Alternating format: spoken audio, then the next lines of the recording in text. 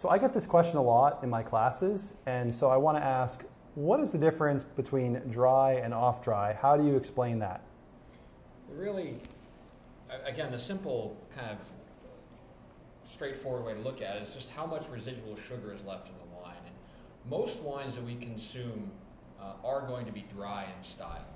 They might have some residual sugar in them, but for the most part, all the other components, the tannin, the acidity, is going to make it we're going to perceive it as being a dry wine.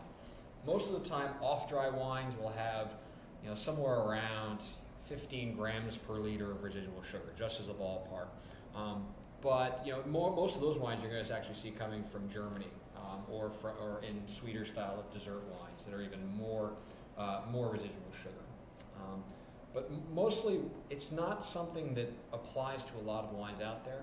Even though we might perceive a wine as being fruity, or the fruit might taste sweet to us, it's not necessarily a function of the sugar in the wine, but it's actually more of a function of the ripeness and the alcohol, because we perceive alcohol as sweetness on our tongue. We can't really taste alcohol, but we can taste glycerol as sweetness.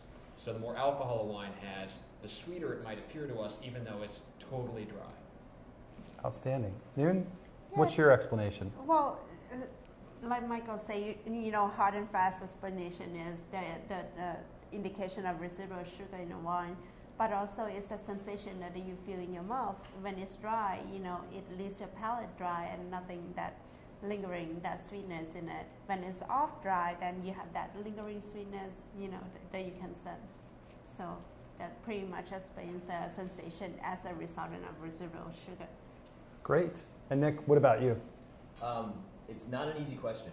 I work as a sommelier, I work as a sommelier in a restaurant, so I'm talking to guests with an entire range of experience with wine, and I can tell you is that one of the hardest questions that a sommelier will get, or any kind of server, any restaurant that pours wine, is actually when a guest says, "Oh, I'll take your driest white or your driest red wine that you have." The vast majority of wines in restaurants, wine shops, they're all what we would consider, the term we would use, is bone dry. They have almost no sugar or residual sugar that's left in the wine. And so, going off of what Michael was saying, what happens a lot of times is the wine where there's a little bit more fruit in it, a little bit more riper fruit, it can be interpreted as sweetness.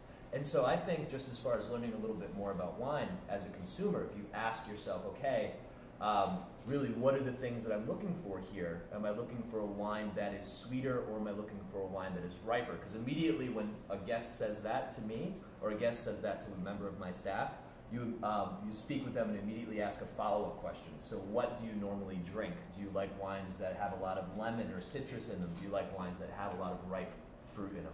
And that really gets to the core of it. As sommeliers and wine professionals, really one of our main functions is just a communication expert and trying to get together with what the guest wants with the type of wine they want to drink. That's it. Right, exactly. I think that's very helpful, because you want to ask, you like dry, but do you like dry and crisp and clean, or do you like dry and crisp and dry and full? So that leads you down to two different paths.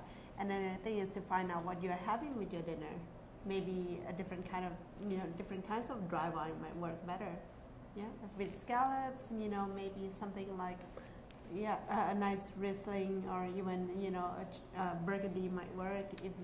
I'm glad you mentioned that, because we all know that the interaction between food and wine completely changes the profile, right. As opposed to when you're just drinking it on a Thursday night after you get home eventually from work. Right. Well, thank you.